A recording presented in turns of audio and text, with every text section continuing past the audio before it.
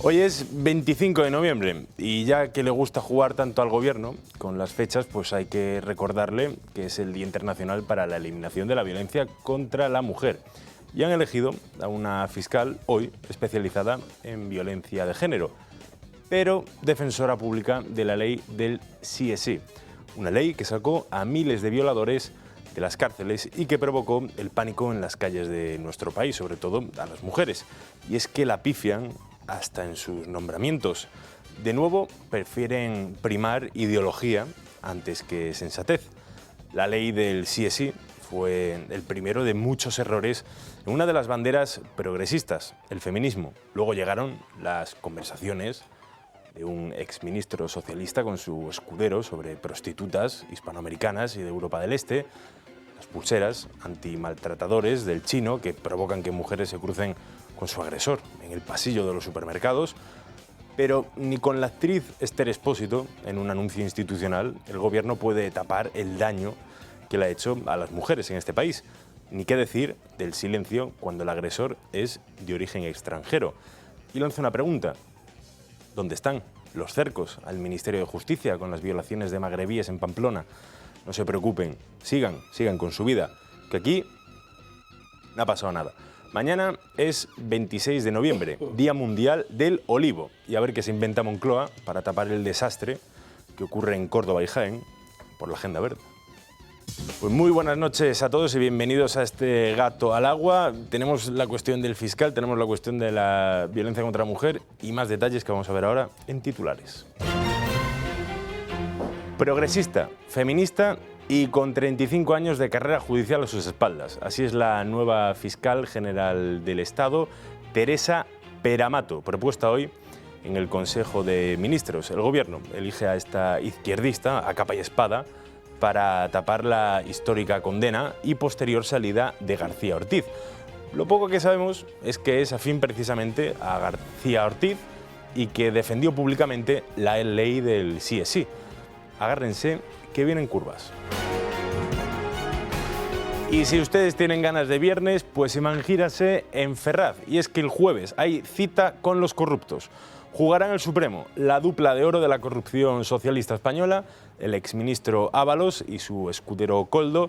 Y en otro estadio, por seguir con la jerga futbolística, tendremos a Aldama en la Audiencia Nacional, que llega fresco y con hambre de gol. El juez Moreno ha entregado el contenido de los móviles intervenidos a Aldama. Veremos. Y con tanta corrupción y quita y pon de fiscales, se acaba 2025 y seguimos sin presupuestos generales del Estado. Y ya van 3 ejercicios sin rendir cuentas con la normalidad fiscal y democrática de un gobierno. Y tampoco tiene intención de presentar los de 2026, Pedro Sánchez. Y la última de la justicia europea es obligar a toda la Unión a reconocer el matrimonio de homosexuales, si es legal en el país originario. Una decisión contraria, dice el tribunal, violaría la libertad de la vida familiar. Entre los 27 hay países como Hungría o Bulgaria, que por motivos principalmente religiosos y sociales no han aprobado esta unión. Negarse podría provocar graves inconvenientes administrativos. Y veremos también lo que sucede en Francia, nuestro vecino del norte. Era ya sabido que Marsella se parecía en ocasiones a una ciudad mexicana de los estados de Jalisco o Tamaulipas, pero es que en el último año han muerto por ajustes de cuentas más de 100 personas. De las últimas, un activista antinarco.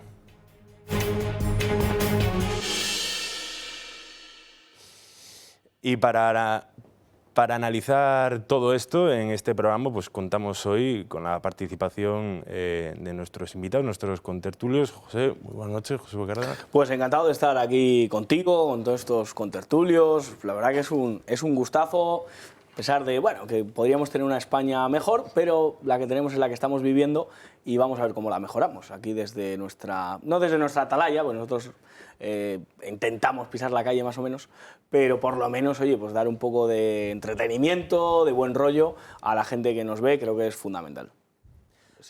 Y también analizaremos el resto de la actualidad con don Miguel Durán. Muy buenas noches. Muy buenas noches, querido Yago, y encantado de estar bajo tu dirección y someterme naturalmente a tus directrices de administración de tiempos y demás.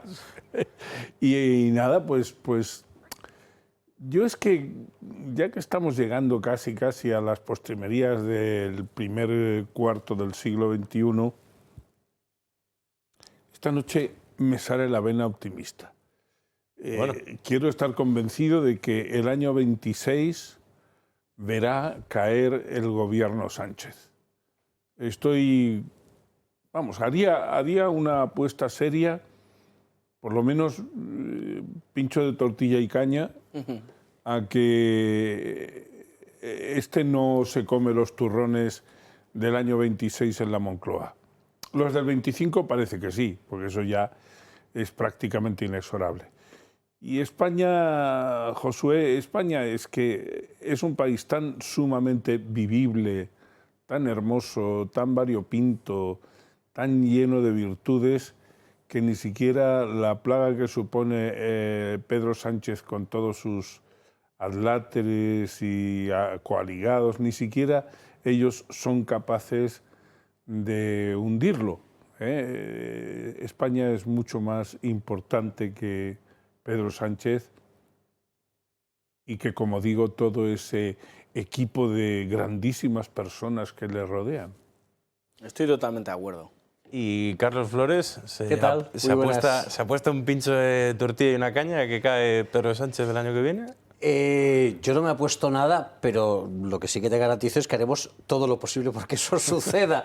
Así que yo no entro en la apuesta, pero Miguel cuenta con mi ayuda para ganar esa apuesta. Ya incluso podemos intentar que ganes la del 2025 sin necesidad de esperar la del 2026. Esa no me atrevo, Carlos. Estamos escasamente a 36 días de que acabe el año. Y yo no creo que... Pero mira, fíjate, tampoco quiero pecar de optimista, de más optimista de la cuenta, pero lo cierto es que el círculo se estrecha. A ver, eso sí. Tenemos ya al fiscal condenado, a rey muerto, reina puesta, o al menos en proceso de ser puesta. Tenemos a todo su entorno procesado. Tenemos a Ábalos con un pie y medio en la cárcel, y no es poco lo que se le pide. Tenemos a un Junts que ya ha dicho que no, que això s'ha acabat. Tenemos unos presupuestos que no aparecen ni a la de tres. Yo creo que el círculo se va cerrando y que cada vez a Pedro Sánchez le queda menos sitio en donde conseguir el oxígeno que necesita. Yo este verano me encontré a Rapel en la estación de María Zambrano en Málaga y le pregunté ¿cuánto va a durar Sánchez? Y me dijo, de este año no pasa. O sea que todavía queda un mes. Y me lo dijo Rapel. O sea, esto es, no sé si exclusiva o algo así. Qué triste. Pero Rapel, sin echar cartas ni nada, me dijo, Sin no echar pasa. cartas ni nada. Que haya que recurrir a las cartas y a la magia. No, me lo encontré y la pregunta que le hice, le podía haber preguntado por mi vida amorosa o por mi vida de dinero, ¿no? Pero de la lotería. Efectivamente, le pregunté por Sánchez y me dijo, de este año no pasa.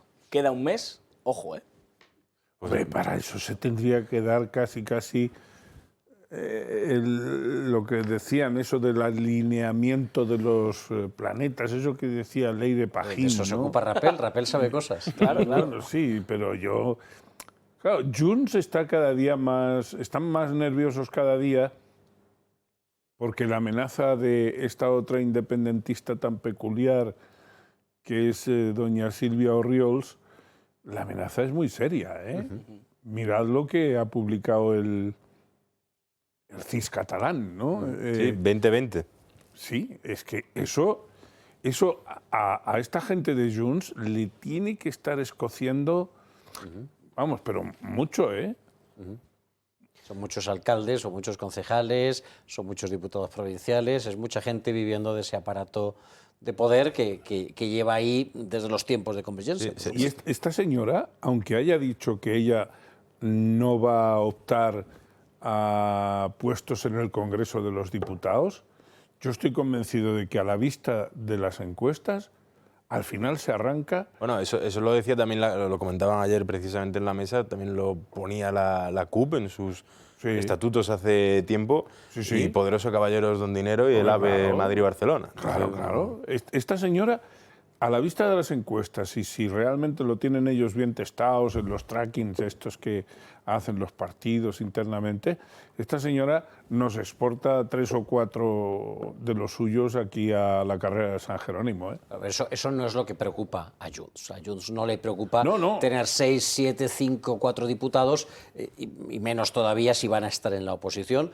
Lo que a Junts le preocupa es dónde se toca poder y dónde se toca presupuesto. Lo que a Junts le preocupa es perder alcaldes, perder concejales, perder diputaciones, perder lógicamente la capacidad de controlar el gobierno de la Generalitat, que ahí es donde se juega. Pero a mí me preocupa, Carlos, que toda esta gente que denuestra de España, que realmente nos aborrece, que luego vengan a mamar de lo que pagamos todos los españoles.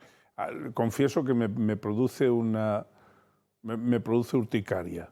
Me dan ganas de, yo qué sé, de no pagar impuestos, pero como eso no se puede hacer, porque si no viene luego el tío Paco con la rebaja, pues habrá que seguir apoquinando y dejar que esta gente mame de la interminable teta que es el presupuesto público español. Pues para analizar todo esto tendremos tiempo, pero antes estamos con Ignacio Martín, responsable de alianzas estratégicas de Comunidad Solar y que forma parte del equipo que está revolucionando pues, la forma en la que accedemos a la energía solar en España. Muy buenas noches, Ignacio. Muy buenas noches, Iago. ¿Nos puedes explicar qué es eso del autoconsumo remoto con baterías? El autoconsumo remoto con baterías es tener energía solar, como tener tus propias placas solares, pero en vez de estar en el tejado de tu casa, están a cientos de kilómetros en un parque y con la adquisición de esas placas, lo que hacemos es trasladar su energía, que son suyas porque las han comprado, porque han comprado las placas, a sus domicilios y a sus empresas. Y esto se traduce en el ahorro de la factura de la luz, que puede llegar hasta un 50%. Y esto durante 40 años, que es la vida útil de las placas solares. ¿Y qué tipo de perfil se puede beneficiar de todas estas ayudas y sobre todo también cuál es el ahorro aproximado en un hogar medio? Mira, date cuenta que el 80% de la población en España no tiene acceso a la energía solar tal y como la concebíamos hasta la fecha, es decir, tener placas solares en tu tejado. La mayoría viven en zonas urbanas, como Madrid, Barcelona, Valencia y otras ciudades. Y da igual que vivas en un piso, da igual que tu negocio esté en un bajo, da igual que estés alquilado, da igual que seas dueño o propietario del inmueble, puedes beneficiarte del autoconsumo remoto. ¿Cuál es el ahorro? El ahorro es un 50%, y si la factura de la luz de un hogar medio, que pueden ser más o menos unas 4 placas, la inversión puede ser 5.000 euros. La factura de la luz de estas personas son 70 euros, la mitad más o menos, hay que ver variables, pero serían 35 euros. Esto al año son 420 euros. A los 10 años son 14.200 euros y a los 40 años son 16.800 euros. 4.200 euros, perdón, en 10 años y 16.800 euros en 40 años. Esto hace que le quitas la inversión de las placas y se ahorra esta familia media unos 13.000 euros en los 40 años. No te hace rico, pero es una buena forma de ahorrar y encima cuidas el planeta. Pero te da para algo, esos 13.000 euros te dan... Y sobre todo porque no obtienes beneficio, es dinero que no te gastas y por lo tanto no declaras. Y esto es otra manera de no pagar impuestos. Interesante también. Está bien. Y además sabemos que la Audiencia del Gato al Agua pues, tiene una oportunidad única, ¿no?, para probar todo esto. Sí, de hecho estamos celebrando el Green Friday. Somos así, y lo que estamos ofreciendo durante todo el mes a toda la audiencia del Gato al Agua es una prueba sin compromiso durante 3 meses. Sabemos que este producto es novedoso, sabemos que este producto puede generar escepticismo porque es difícil de creer que esto sea verdad. Nosotros estamos convencidos, porque tenemos la experiencia de todos nuestros clientes que están súper contentos, están muy contentos, probar 3 meses sin compromiso y pagas la factura como si tuvieras las placas, como si hubieras hecho la inversión inicial de 5.000 euros, pero sin hacer la inversión durante 3 meses. Y después, si quieres, te lo haces que cada familia o cada empresa haga sus cálculos y a partir de ahí puede decidir o seguir con nosotros o decidir no seguir. Eso ya, obviamente, a la elección de cada uno. Pero estamos convencidos de que con esta prueba verán el ahorro que es totalmente cierto y a partir de ahí que hagan cálculos y que lo decidan. Y la prueba totalmente sin compromiso. Pueden llamar al 900-802-812 o entrar en nuestra página web comunidadsolar.es. Ahí podrán hacer un estudio totalmente gratuito con una calculadora viendo el número de cubos o las últimas facturas y, lo dicho, sin ningún tipo de compromiso, un asesor le puede llamar y hacer la prueba de 3 meses, vaya. Pues Ignacio Martí, muchísimas gracias por estar aquí hoy y esos consejos de Comunidad Solar. Muchísimas gracias, Yago.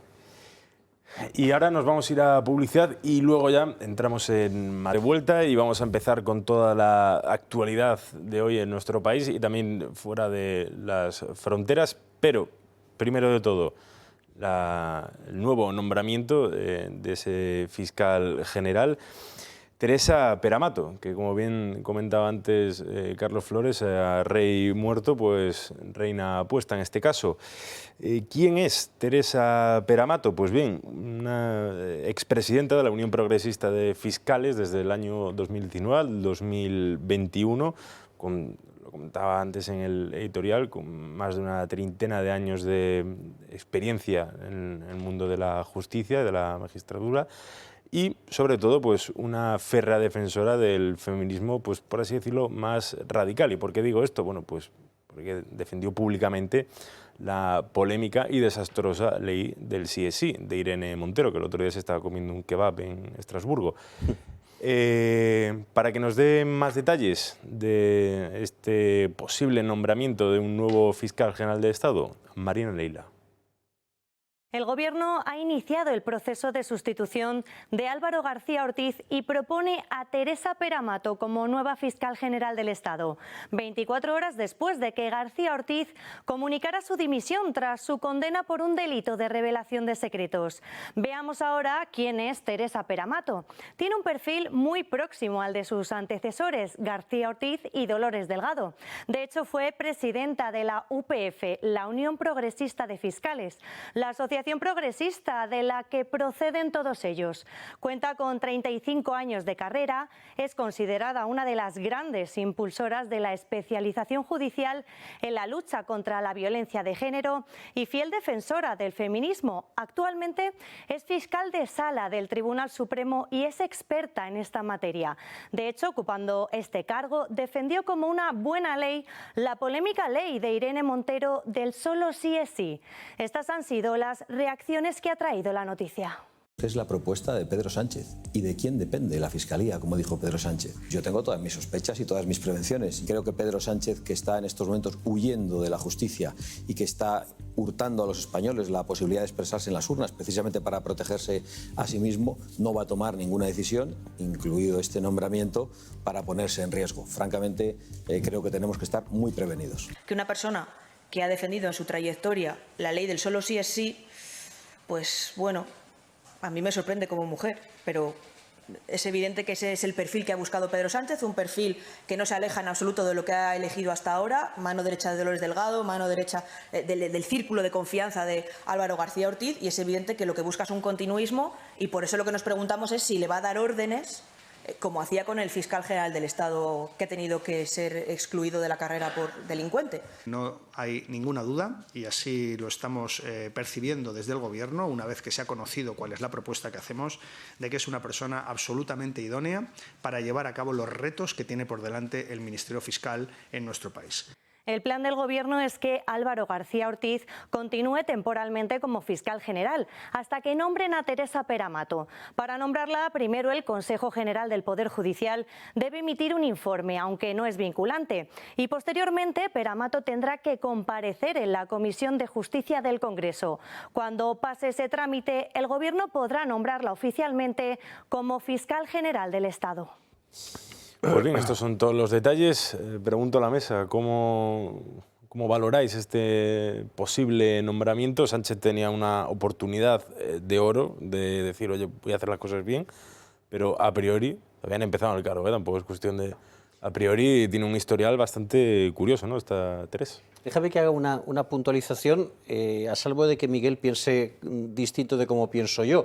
Esa idea de que García Ortiz puede permanecer como fiscal hasta que se produzca el nombramiento de la nueva fiscal general del Estado me parece discutible, porque García Ortiz ha dimitido voluntariamente por una única razón, porque la sentencia no es todavía ejecutiva, no se ha dictado la sentencia, no se le ha comunicado y no ha transcurrido el plazo para poder recurrir y que devenga firme. Pero en el momento en que la sentencia devenga firme, García Ortiz no puede ser fiscal general del Estado, ni siquiera en funciones. Así que eso por un lado. Por otro lado, bueno, pues estoy de acuerdo con lo que se ha dicho. En primer lugar, y esto es lo más grave de todo, es una fiscal absolutamente continuista, no solamente del círculo de confianza del ya condenado García Ortiz, sino que le estuvo acompañando físicamente, haciéndole compañía durante varias de las sesiones del proceso, por lo tanto es del círculo ideológico, pertenece a la misma asociación, la Unión Progresista de Fiscales, pero también es del círculo personal de García Ortiz, tiene una vinculación personal con él. Y en segundo lugar, es nombrada por Pedro Sánchez, por lo tanto, efectivamente, no podemos esperar ninguna sorpresa a este respecto, especialmente teniendo en cuenta su complejo futuro judicial, el de Sánchez y el de su entorno. Y en tercer lugar, efectivamente, yo veo con desaprobación algunos de sus posicionamientos. Nadie discute que con 30 y tantos años de experiencia profesional, siendo fiscal de sala, su currículum sea más que notable, pero estamos hablando de determinados posicionamientos que seguramente van a marcar su ejecutoria como fiscal general del Estado y con los cuales discrepo. Cuando alguien dice, refiriéndose a la llamada violencia machista, que estamos ante una violencia estructural enraizada en una estructura absolutamente patriarcal y por lo tanto lo primero que tendríamos que conseguir es cambiar mentalidades, está equivocándose. No ya porque ese no sea un diagnóstico que yo comparta, sino porque no es misión de un fiscal cambiar mentalidades. Las mentalidades las cambian los maestros, los pedagogos, los filósofos o lo que tú quieras, los padres cuando te educan, ¿no? Un fiscal no cambia mentalidades, aplica la ley de manera escrupulosa y absolutamente neutral. Bueno, pues me da la sensación de que la futura fiscal general del Estado pretende cambiarnos a los españoles, cambiar la manera en la que los españoles pensamos. Pues no es eso lo que se espera de ella. Claro, es decir, el adoctrinamiento ya lo hemos visto en el CIS, lo hemos visto en Radio y Televisión Española, lo hemos visto en casi todos los órganos públicos. Y lo vemos multiplicado que el gobierno en el Poder Judicial y en la Fiscalía. Es decir, cuando alguien dice que los jueces son machistas, yerra de cabo a rabo, ignora todos los miles de cursos de reciclaje, de formación, de actualización legislativa que les obligan a seguir y que a la postre acaba en última instancia moldeando su pensamiento. Pero el problema es que esto también cala en la sociedad, o sea, estos mensajes. O sea, bien sea del... Bueno, a mí me preocupa que cale en los fiscales, me preocupa que cale en el Poder Judicial y evidentemente, desde luego... Claro, pero que la ciudadanía normalice que un fiscal general del Estado, a manos puesto por el gobierno, pero con un fin ideológico y el de adoctrinar, es bastante peligroso. Es que llegas a la conclusión que tenemos de fiscal general del Estado a Irene Montero. O sea, porque esas palabras las podría firmar Irene Montero perfectamente. Sí. Lo contenta que está fiscal... no des ideas, ¿eh? No doy idea. Yo a bote pronto, claro, he dicho, bueno, no han puesto a Lola Delgado otra vez, a Baltasar Garzón era complicado enjuagarle ahí, pero podía haber sido, a la Paqui de Cerdán no la han puesto, o sea, que podía haber sido mucho peor, ¿no? Han puesto una mujer que tiene un recorrido y todos lo sabemos, una mujer que es de Salamanca, que eso es lo único que le doy como bueno, aunque... como en Salamanca somos pocos y nos conocemos todos, conozco que tienen familiares del PSOE, o sea, cargos socialistas que son familia de esta mujer, alcaldes en pueblos que todos conocemos en Salamanca. Entonces, claro, yo no quiero, vamos a ver, es que se nos ha olvidado la figura del fiscal general del Estado para lo que está. Es que estoy muy de acuerdo con Carlos. Es que un sacerdote quiera cambiar mentes me parece muy bien, sin meterse en la vida de nadie, ¿no? Sino simplemente en sus homilías y este tipo de cosas. Pero que una figura como la del fiscal general del Estado no puede ser tan ideológica. No puede alabar una ley que está soltando a violadores. No puede. ser, pues eso, una correa de continuación de todo lo que simboliza el Ministerio de Igualdad, toda esa perspectiva de género, ese color morado que se le ha puesto a la venda de la justicia, que creo que debemos desteñirla y que vuelva a ser blanca. Es que en eso está incidiendo otra vez el gobierno. Entonces esta mujer pues, puede filtrar, igual que lo ha hecho Álvaro Ortiz, cualquier información que vaya en contra de sus posicionamientos políticos, por ejemplo. O sea, a mí de verdad no estoy nada satisfecho con la elección de esta mujer y vamos a ver hasta qué punto depara, pero que el gobierno esté súper contento y diga que esta es una buena noticia, me parece que hierra otra vez más, bajo mi punto de vista. Miguel Durán, yo creo que está contento, ¿no?, con el nombramiento de... ¿Yo? Bueno, yo parto de la base, Carlos, de que en realidad lo que tú has planteado, efectivamente, sería raro que el señor García Ortiz se pusiera ahora a dar instrucciones desde su atalaya jerárquica a ningún fiscal. Por tanto, no puede serlo, él no puede ejercer como tal, nadie le haría caso a nada que pudiera instruir, ni siquiera en cuestiones de trámite, porque la Fiscalía, por fortuna, en un interregno como el que vamos a vivir, pues puede hacerlo prescindiendo perfectamente de la figura de García Ortiz. Además, yo estoy convencido de que el Consejo General del Poder Judicial dará su plácet con carácter inmediato, y el trámite de la Comisión de Justicia del Congreso de los Diputados pues es algo que también irá de suyo. Pero no será agradable, ya te lo anticipo yo. No, agradable no, evidentemente. Yo no creo que sea agradable, pero esta señora vendrá... Ya procuraremos que no lo sea, quiero decir. Ya me imagino, que desde luego fácil no se le va a poner por parte de quienes realmente conocen su pedigrí. Pero en realidad las personas somos en parte lo que decimos, pero sobre todo somos lo que hacemos. Si hay que juzgar a esta mujer por lo que hasta ahora ha hecho, bueno, pues lleva una trayectoria de 35 años de servicio en la Fiscalía. Eso no es un aval pequeño, desde el punto de vista por lo menos formal. ¿Conoce el oficio? Bueno, seguro que sí, es decir, esta señora tiene que tener un conocimiento amplio del Código Penal, de la Ley de Enjuiciamiento Criminal y de todos los demás cuerpos legales que componen la jurisdicción penal. Yo quiero verla ejerciendo frente a esos elementos de corrupción que rodean al gobierno, es decir, tanto lo del hermanísimo como lo de la señora de Sánchez y los adláteres Koldos, Ábalos, Cerdanes, etc. Yo quiero verla desempeñarse ahí.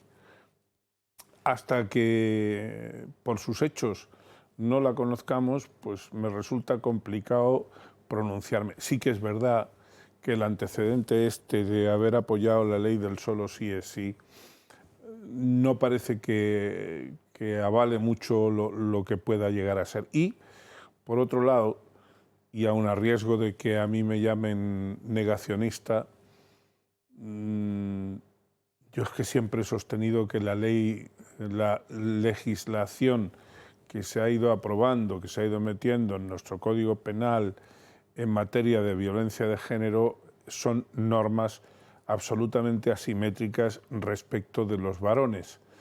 Y como esta señora no solamente no está de acuerdo con mi criterio, ni yo con el suyo, sino que es todo lo contrario, y esta señora seguro que si alguien le pusiera un trocito de lo que yo estoy diciendo, pues me miraría con malos ojos, pues yo no puedo mirarla más que con los míos, es decir, a priori, prevención y alerta. También que es un poco como poner a un pirómano al frente de un parque de bomberos el hecho de que esta señora, como hablabas, ¿no, Carlos? El adoctrinamiento, uno de los pilares principales del gobierno y una de las banderas que más han alzado. y que quizás más ha sufrido en todos estos años de legislatura, que es la del feminismo, un feminismo agrio, un feminismo oscuro que en muchos casos ha sido contraproducente para las mujeres, o sea, como lo hemos visto con las pulseras made in China, que esperemos que las balizas estas que nos van a poner encima del coche no sean iguales. Luego con lo de la ley del solo sí es sí, con Ábalos y con... O sea, yo es que siempre que veo o que escucho, ¿no?, de feminismo, me viene Ábalos en ese vídeo forzado, que es que se le ve que está forzado a decir yo soy feminista o soy el más feminista, bueno, en fin. Soy socialista porque soy feminista. Exacto. Bueno, o sea, es que es una frase, vamos. Y claro, yo creo que esto lo han intentado, pero es que hasta esto les sale mal. O sea, es como el año Franco-Veo este, que al final les sale mal la jugada, pues con lo de la fiscal y con lo del feminismo les ha salido muy mal. O sea...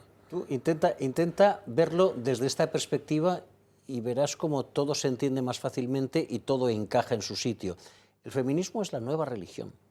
Es una religión. En primer lugar, es una religión en la que tú crees cosas que no ves. Tú crees que el feminismo ayuda a las mujeres, tú crees que el feminismo salva vidas, tú crees que... Luego vienen las estadísticas y descubres que no es así, pero tú sigues creyendo porque tu fe es esa. Como todas las religiones, tiene su santoral, ¿no? Tiene sus prohombres, no, sus pro-mujeres, tiene sus gurús, tiene sus mártires, naturalmente. Esa es la parte, desde luego, más lamentable y más triste. Tiene sus profetas enloquecidos, tiene sus libros sagrados, que en este caso son las leyes, la ley de violencia de género, la ley del solo sí es sí. Como todas las religiones, tiene incluso su calendario festivo, ¿no? Es decir, nosotros tenemos la Navidad, los católicos, la Navidad y la Semana Santa, pues estos tienen el 8 de marzo y el 25 de noviembre, que son fiestas de guardar, Esta tarde yo me giraba a mis compañeros y les preguntaba, ¿es verdad lo que he escuchado? Y me decían, sí, es verdad lo que has escuchado. Una diputada nos ha recriminado que estuviésemos en el Congreso, en lugar de estar en la manifestación. Es decir, esta tarde, en una... creo que era de Sumar.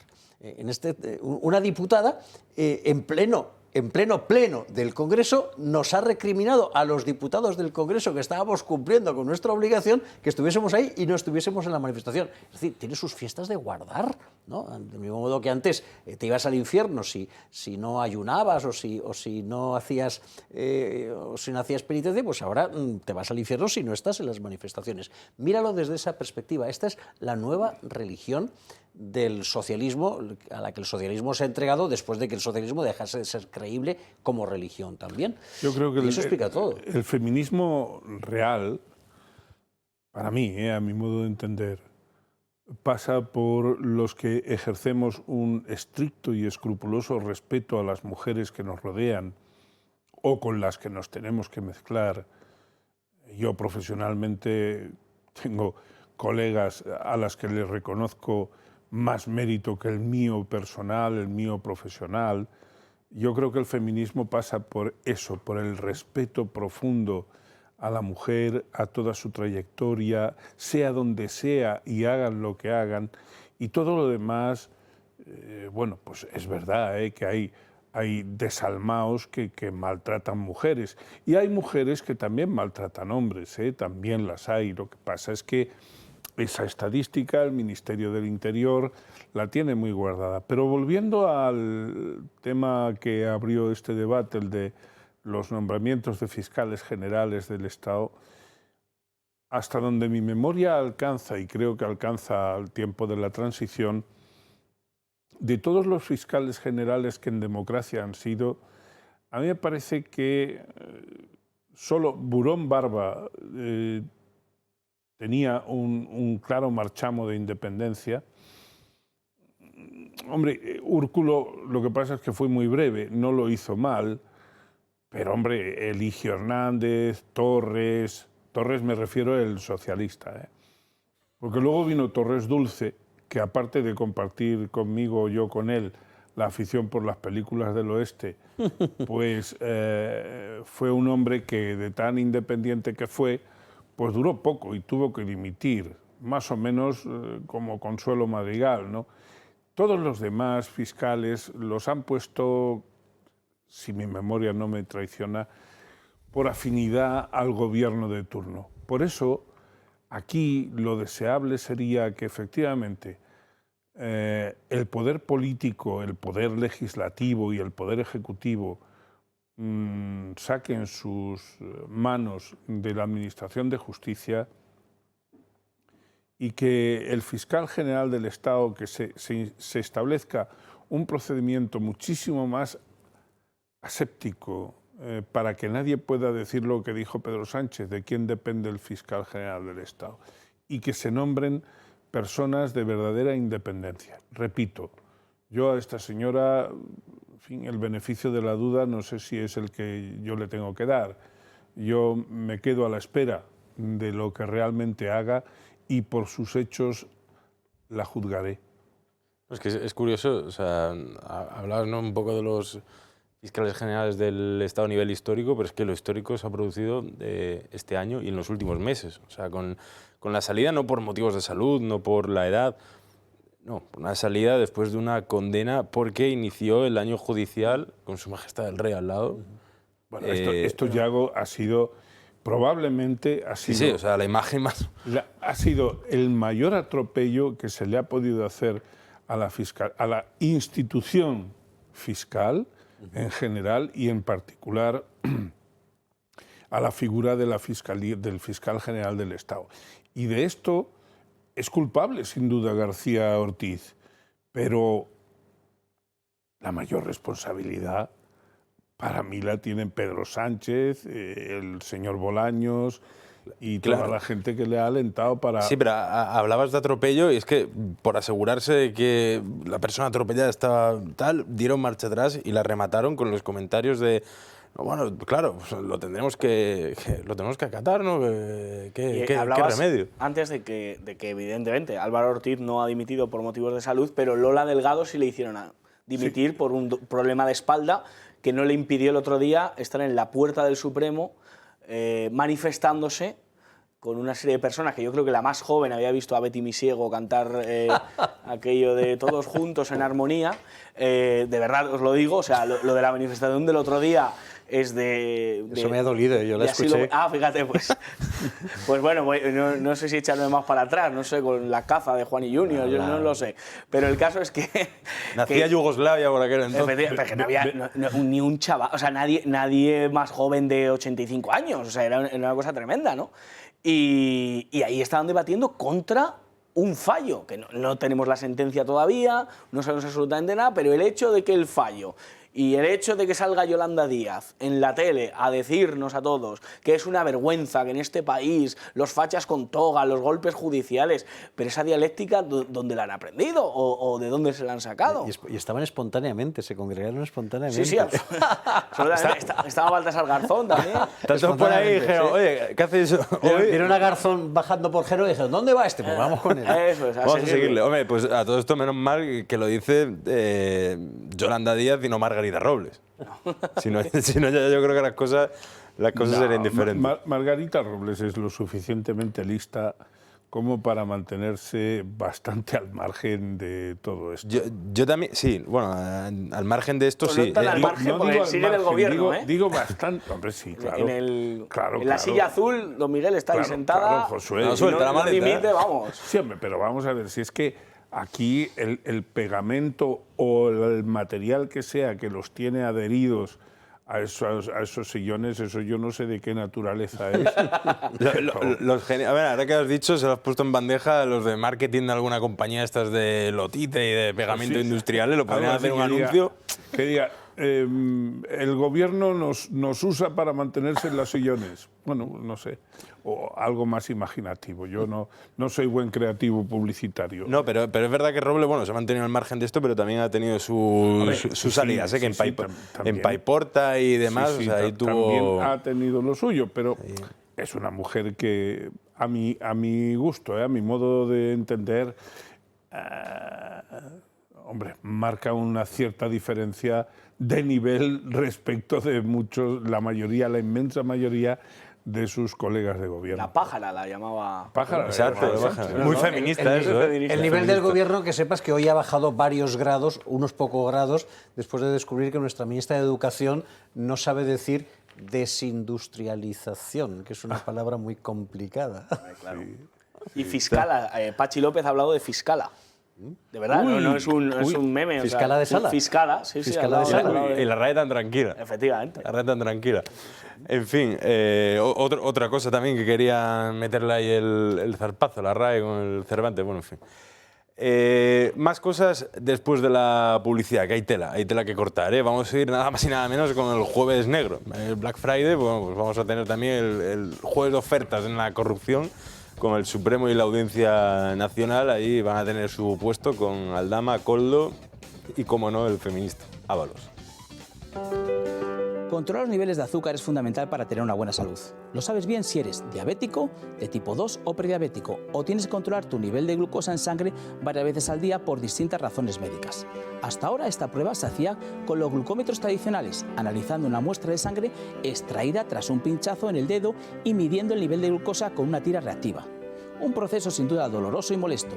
Afortunadamente ya es posible conocer estos niveles de una manera más cómoda e intolerable, gracias al innovador glucómetro sin pinchazo de Protege tu Vida, sin aguja, sin necesidad de realizar las molestas extracciones de sangre.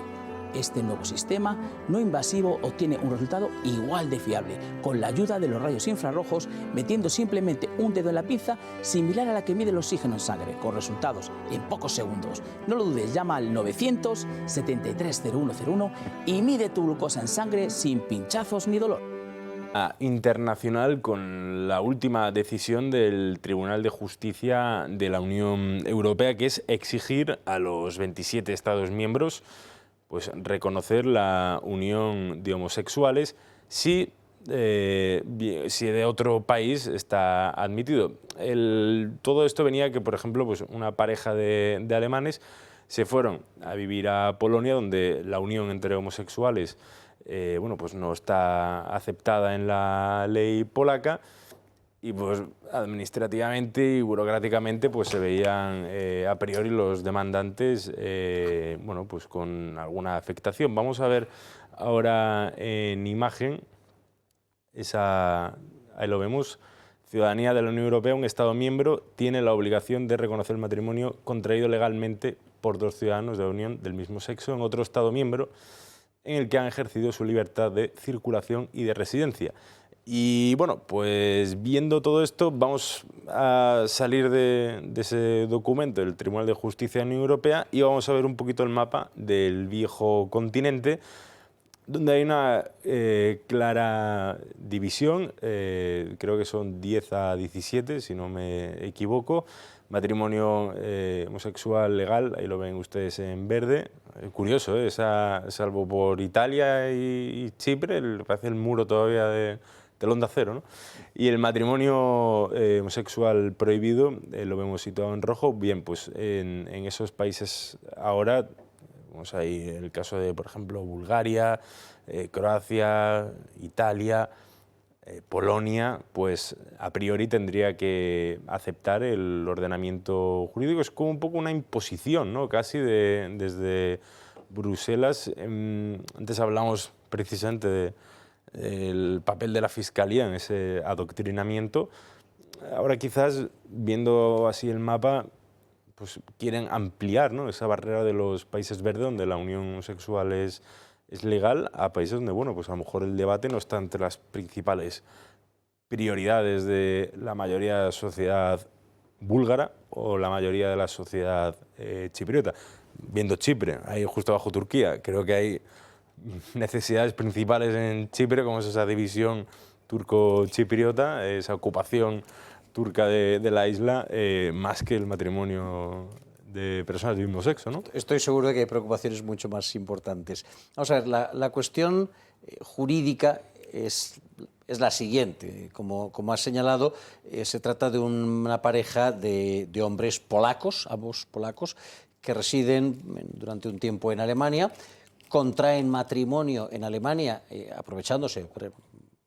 prevaliéndose de que la ley alemana permite el matrimonio entre personas del mismo sexo, y cuando retornan a Polonia pretenden que su matrimonio sea inscrito en Polonia, donde no se permite la unión de personas del mismo sexo.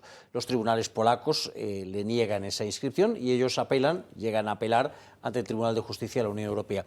¿Y qué es lo que dice el Tribunal de Justicia? Dice, en primer lugar, es cierto, la regulación del matrimonio forma parte de las competencias de los Estados. Son los Estados los que deciden cómo quieren regular el matrimonio y, por lo tanto, es perfectamente compatible, de momento es compatible con los principios de la Unión, que en Alemania haya matrimonio homosexual y en Polonia no lo haya. Pero, si dos personas que contraen matrimonio en un Estado de la Unión tienen la legítima aspiración o la legítima expectativa de, en primer lugar, poderse mover dentro de la Unión, de disfrutar del estado civil que han adquirido en cualquier país de la Unión y, por tanto, de ver reconocida esa situación en cualquier país de la Unión. ¿Por qué no hacerlo? Afectaría a su libertad de movimientos, a la seguridad jurídica y a la protección a la familia. Y por eso obliga a Polonia a reconocer el matrimonio contraído en Alemania, repito, por dos polacos. Claro, eso plantea varios problemas. El primero, ¿dónde queda la competencia de los Estados para regular el matrimonio? Sí, como en este caso, bastaría cruzar el Neisse o el Oder para pasar a Alemania, contraer matrimonio y luego ver reconocido tu matrimonio en Polonia. Sería tan sencillo, repito, como irse a un país, casarse en ese país y volver al tuyo, para que saltase por los aires la competencia polaca o de cualquier otro Estado para regular las formas de matrimonio. Y en segundo lugar, hay un límite a todo esto, y es la noción de orden público. El Tribunal de Justicia argumenta que no afecta al orden público el reconocimiento de ese matrimonio. Yo creo que sí que afecta al orden público. Yo creo que perturba el modo en el que la sociedad polaca está ordenada y el modo en el que la sociedad polaca está regulada, el hecho de que una pareja que contrae matrimonio, siendo ambos dos del mismo sexo en otro Estado, vea su matrimonio reconocido. Es decir, introduce en un país en donde no hay matrimonio entre dos personas del mismo sexo, un matrimonio entre dos personas del mismo sexo. Eso altera el orden público, es decir, introduce un elemento ajeno, perturbador de ese orden público. Por lo tanto, yo creo que hay argumentos para contradecir la postura del Tribunal de Justicia de la Unión Europea, aunque la justificación es la que acabo de dar. Miguel Durán, tenía ganas de... Los hay sobre todo, Carlos, porque como tú apuntas, esa sentencia es un caldo de cultivo para el fraude de ley. Es decir, el TJUE está diciéndole a la gente un poco lo que pasaba aquí en otros tiempos. No puedes ver una película verde, verde quiero decir en sentido pornográfico, si se quiere, pues vete a Perpiñán, que allí la puedes ver, ¿no? Aquí, pues, oye, no te autorizan en Bulgaria o en donde sea a casarte con una persona de tu propio sexo, pues os vais a otro país, os casáis y punto. Yo creo que ahí el TJUE peca de excesivamente abierto. Si efectivamente el Estado civil es algo que regulan, que es competencia exclusiva de los Estados miembros de la Unión Europea, el Tribunal de Justicia podría haber optado por una solución, digamos, más coherente, que es decir, oiga, mire, usted podrá efectivamente hacer valer su matrimonio en su país de origen, aun cuando no esté autorizado el matrimonio homosexual, si cuando menos usted acredita que ha tenido un tiempo de permanencia en el país en el que usted ha adquirido ese estado. Por ejemplo, eso habría sido una solución de atemperamiento de las circunstancias que están aquí controvertidas, ¿no? Yo no sé, no me he mirado la sentencia, por cierto que me la tengo que ver, porque me gustaría, por supuesto, hablar con más conocimiento de causa y hasta ahora yo lo único que conozco es la noticia, ¿no? Yo quiero decir dos cosas. Por un lado, ¿quién es la Unión Europea para intrometerse y decirle a un país qué tipo de matrimonio debe defenderse en sus fronteras? O no, pero hablamos del matrimonio, pero es que si las directrices de la Unión Europea dicen que las bolsas, en vez de ser de plástico, tienen que ser de, no sé, de otro material, de papel, porque le parece bien a la Unión Europea, me parece una intromisión que tampoco corresponde. O sea, me parece que aquí que se nos mete la Unión Europea con calzador en todos los ámbitos de nuestra vida y van a llegar pues, a decir cuántas terrazas, cuántas sillas puede haber en una mesa de terraza o a qué hora tienen que cerrar los hosteleros. O sea, me parece una intromisión total. Ahora bien, el comentario que has hecho, viendo la foto, analizando los países que quedaron en un lado del telón de acero y otro, y cómo está esa fotografía, nos dice mucho, ¿eh? No es un comentario que hay que tomárselo a la ligera. Occidente hace muchísimos años decidió, hace muchos más años de los que puede uno remontarse a cuando se aprobó las primeras leyes de matrimonio homosexual, decidió que el matrimonio era otra cosa, que no era como Dios lo había dictaminado, que no era como la Iglesia lo había dictaminado, y la Iglesia empezó a negociar con esos concordatos famosos, con el poder político, a que la figura del divorcio en todos sus aspectos podía estar perfectamente abierta, y a partir de ahí ya el matrimonio pierde su esencia, las palabras son lo que realmente en la sociedad se reproducen, y por lo tanto a partir de ahí yo considero que toda persona que quiera unirse a otra tiene que tener, digamos, llámenle matrimonio, llámenle unión, llámenle como quieran, pero debe tener una cobertura de alguna manera legal para que su otra persona pueda heredar, para que la otra persona pueda estar junto a él. Es decir, que creo que se abrió una veda a finales de los años 70 con el hecho de que, bueno, que el matrimonio ya no era lo que toda la vida se había conocido, y a partir de ahí ya nadie tiene, creo, la legitimidad de oponerse a una realidad que es que las personas que se aman y que no son pues, hombre y mujer, sino que son personas homosexuales, pues tengan un estatus y tengan, digamos, pues un nombre al cual adherirse para poder tener una serie de ventajas que si no, no tendría. También quizás analizando el mapa, ¿no? Como lo vemos, ese telón de acero, es bastante curioso porque en muchas cosas quizás esa parte más, o que se subió antes al carro de los Estados Unidos, se vio influenciada por todas estas políticas, muchas de ellas provenientes precisamente del otro lado del Atlántico, pro derechos homosexuales y demás, que en un principio venían, o sea, que todo esto al final es marketing. Yo me acuerdo de un profesor en la carrera de sociología que nos lo decía así, o sea, al final también los derechos de las personas es marketing, es dinero y es un negocio, o sea, lo vemos como las marcas lo hacen. Entonces, a lo mejor también hay muchos países en Europa que dijeron, oye, también vamos a hacer negocio con esto, y al final el negocio ha llegado hasta donde lo vemos. Oye, vamos, no quiero ser malinterpretado y, por tanto, oye, ni mucho menos herir susceptibilidades.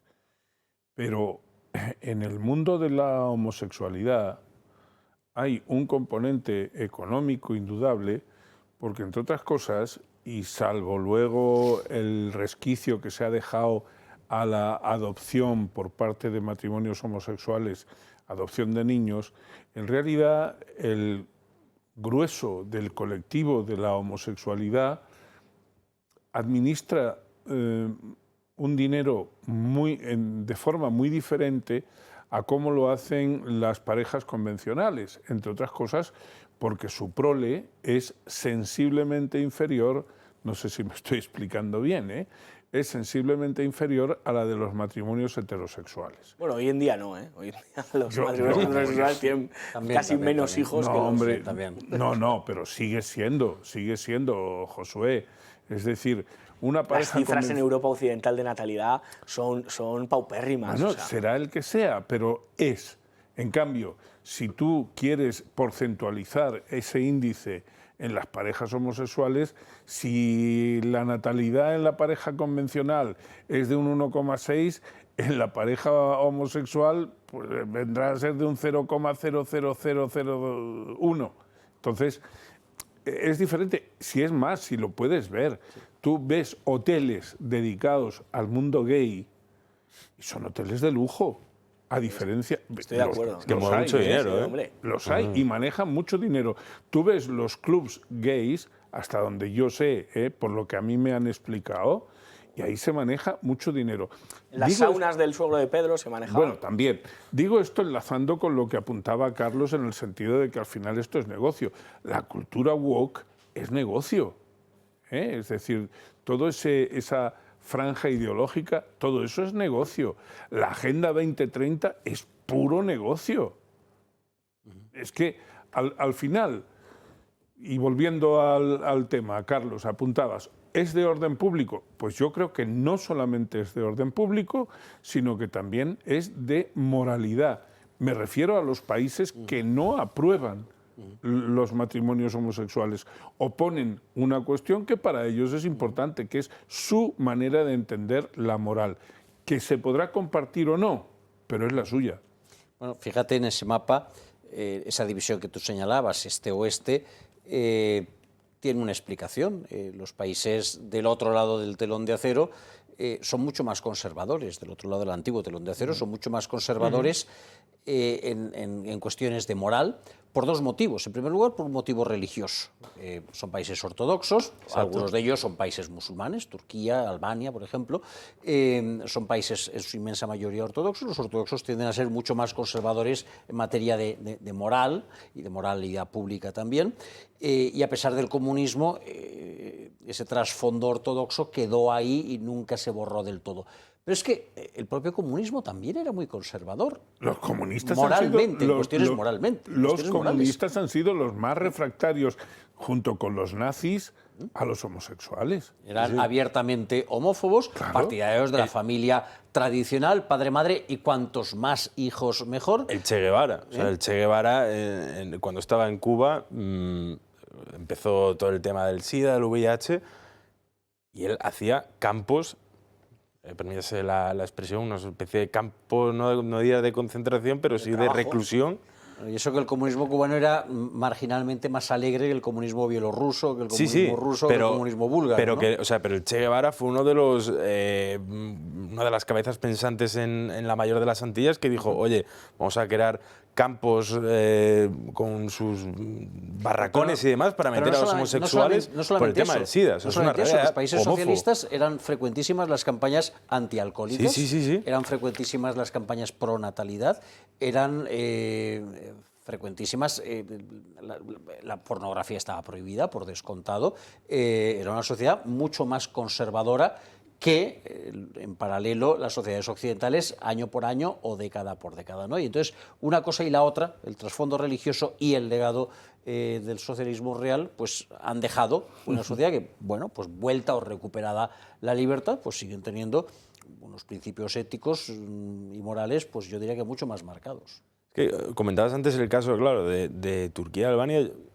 Yo pienso, cuando hay una ampliación de la Unión Europea, Turquía es verdad que está un poco relegada, ¿no?, un segundo plano, pero se viene a la cabeza Albania, efectivamente con más de un 50% de población musulmana.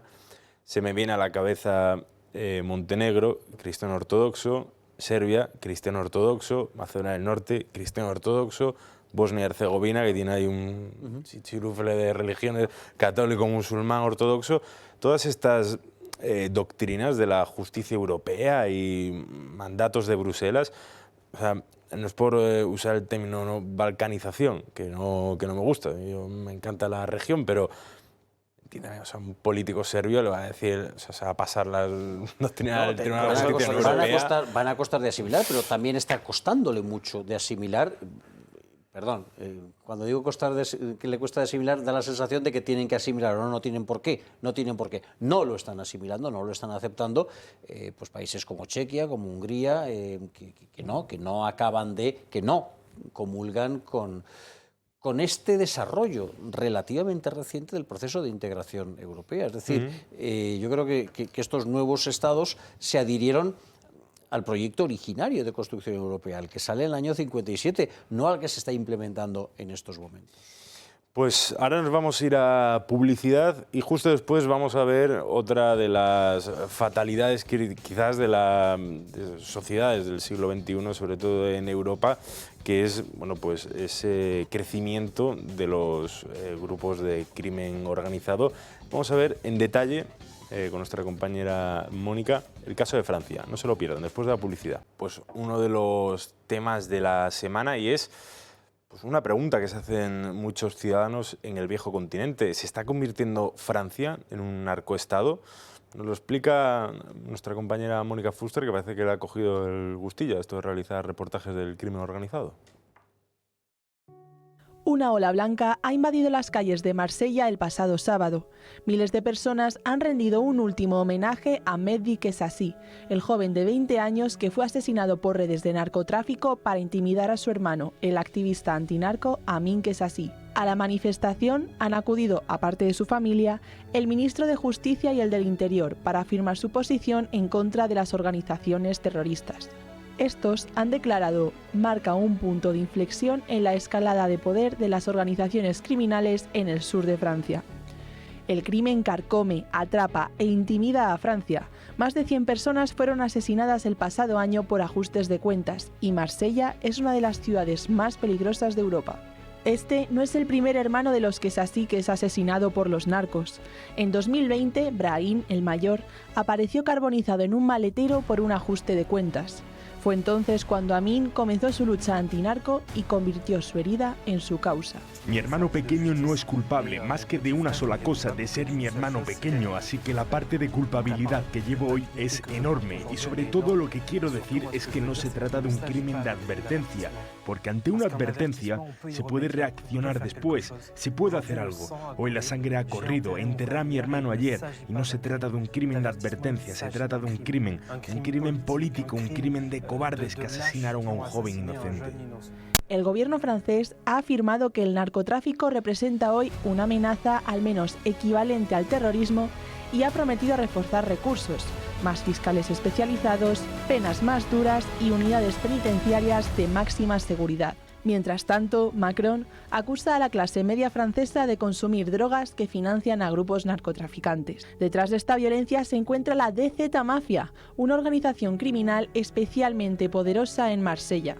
Copan todas las calles e incluso planea asesinatos desde las cárceles. Mientras el miedo invade las calles, los vecinos se manifiestan pidiendo más seguridad. Francia ya no ve el narcotráfico como un problema marginal, sino como un desafío sistémico que pone en jaque la seguridad de Francia. Pues esto sucede en Francia, en nuestro vecino del norte, que se está convirtiendo poco a poco, parece ser, en un narcoestado. El presidente Emmanuel Macron ya lo equipara con el terrorismo. La situación es bastante grave, como decía nuestra compañera, con más de 100 muertos por ajustes de cuentas en los últimos meses, persecuciones, tiroteos. Marsella convertida en una ciudad que parece de Tamaulipas o de Jalisco en algunos días. Y vemos ahora ya pues, asesinatos a personas que critican al narcotráfico. Esta situación ocurre en Francia.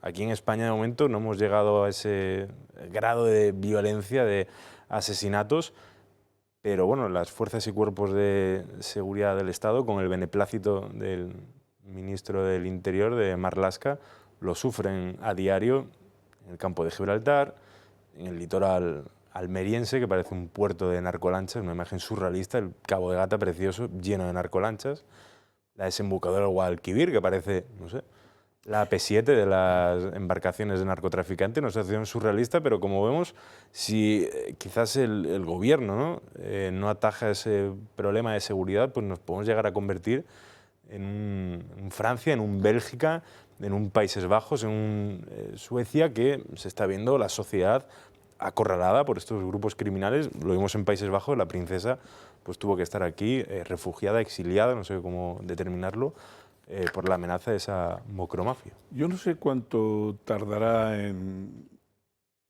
ganar Estado. No sé cuánto tardará en hacerse mucho más patente el viejo debate sobre si legalizar el consumo de droga o no. Ya sé que estoy suscitando algo que quizá penséis que excede con mucho el perímetro de lo que se plantea en esta noticia y en lo que debemos comentar acerca de ella, ¿no? Pero, hombre, ha habido gente, y no charlatanes de feria, ha habido gente de un potencial intelectual muy grande y muy importante, bien que en franca minoría, eso también es cierto, que ha planteado ese debate. Yo confieso que muchas veces, como el tema me da mucho temor, mucho respeto, mucho miedo incluso, pues confieso que a veces pienso, oye, ¿no será que precisamente por la persecución policial lo que se está haciendo es incrementar la clandestinidad? ¿Qué pasaría si... Lo apunto solamente como elemento de debate, repito, y no da tiempo, ya sé que no da tiempo, Yago, pero no sé, es que ¿cuál es la solución? ¿Dónde está la solución? Cuando nos asomamos al precipicio, en este caso de Marsella, pero es igual, vete a México, vete a los países, algunos países del Caribe, vete al narcopaís que es Venezuela. Cuando nos asomamos ahí, ¿dónde está la solución? ¿Quién tiene una solución? ¿La solución es policial? ¿Solo policial? Yo no lo acabo de ver. A ver, varias cosas. En primer lugar, me alegra mucho que saques este tema, porque precisamente esta tarde hemos presentado una moción en el Congreso reclamando medidas al ministro Marlaska para luchar contra las agresiones a los policías. En los años que han pasado desde que Marlaska es ministro del Interior, han sido 17.000 las agresiones a policías que están registradas. Son 12 o 14 los policías que han muerto en acto de servicio, y este mismo mes, y estamos todavía a 25 de noviembre, son ya 6 las agresiones graves que han sufrido policías en Puente de Vallecas, en Entrevías, en Alcalá de Henares, en Vinalesa, Valencia, un policía en estado de coma, en Sevilla también un policía apuñalado. Es una situación muy grave, y es particularmente grave en zonas conflictivas como la zona del Estrecho, en donde los policías se tienen que enfrentar a las mafias del tráfico de drogas, que están cada vez más organizadas, que están cada vez más sincronizadas con otras organizaciones criminales de fuera de España, y que tienen cada vez medios más poderosos y más inalcanzables para la policía. Es bien sabido, desgraciadamente hubo 2 guardias civiles que perdieron la vida por ese motivo, que los medios de los que dispone la Guardia Civil para luchar contra las lanchas que trafican droga en el Estrecho son absolutamente insuficientes. Nuestros botes de goma no compiten con las lanchas dotadas de motores potentísimos. Pero es que pasa eso mismo en cualquier otro sitio. Los vehículos que utilizan terrestres, las armas que utilizan, están empezando a utilizar armas de guerra y por lo tanto están empezando a tener superioridad de fuego respecto de nuestras fuerzas y cuerpos de seguridad del Estado. ¿Y el gobierno? Pues el gobierno lo que hace es desarticular, no a las bandas de narcotraficantes, desarticular a las unidades policiales o de la Guardia Civil encaminadas a luchar contra eso o intentar controlarlas. Se desarticuló Consur, pero se intenta controlar la UCO, se intenta controlar los órganos especializados, las divisiones especializadas de la Guardia Civil y de la Policía Nacional. Pero Carlos, ahí nos tienes, por ejemplo, perdón por personalizar, nosotros en mi despacho, en mi bufete, representamos a la Asociación Equiparación Real, que aglutina más de 21.000 policías y guardias civiles, y una de las reivindicaciones que ya hemos planteado en vía administrativa, pero que desembocaremos seguramente o en la Sala de lo Contencioso de la Audiencia Nacional o en la Sala Tercera del Tribunal Supremo, pidiendo que el Ministerio de Interior reconozca la condición de profesión de riesgo, correcto, a la Policía Nacional y a la Guardia Civil. Lo hemos demandado también.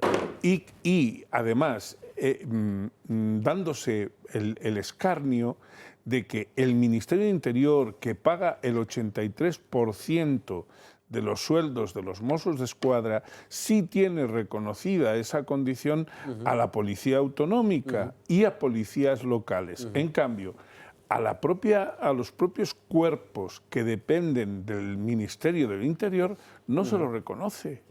Yo, permitidme que discrepe, lo siento, y me alegro que Vox plantee esa moción de las agresiones a policías, pero a ver cuándo se presenta una moción de las agresiones de policías a ciudadanos que suceden y que son un abuso absoluto y que de verdad que mucha gente está absolutamente harta del estado policial en el que vivimos. O sea, yo, con las generaciones más mayores que hablo, no hemos vivido en una sociedad con mayores policías, con mayores cámaras, con mayor vigilancia. No vivimos, o sea, en una sociedad en la que puedas ir tranquilo, tomarte una caña sin ver pasar un policía, sin que un policía con cierta chulería muchas veces te mire por encima del hombro y te hable de unas maneras que en ninguna otra profesión se habla. Entonces, yo creo que la policía se tiene que relajar un poquito y tratarnos un poquito mejor a los ciudadanos. Ese es mi parecer.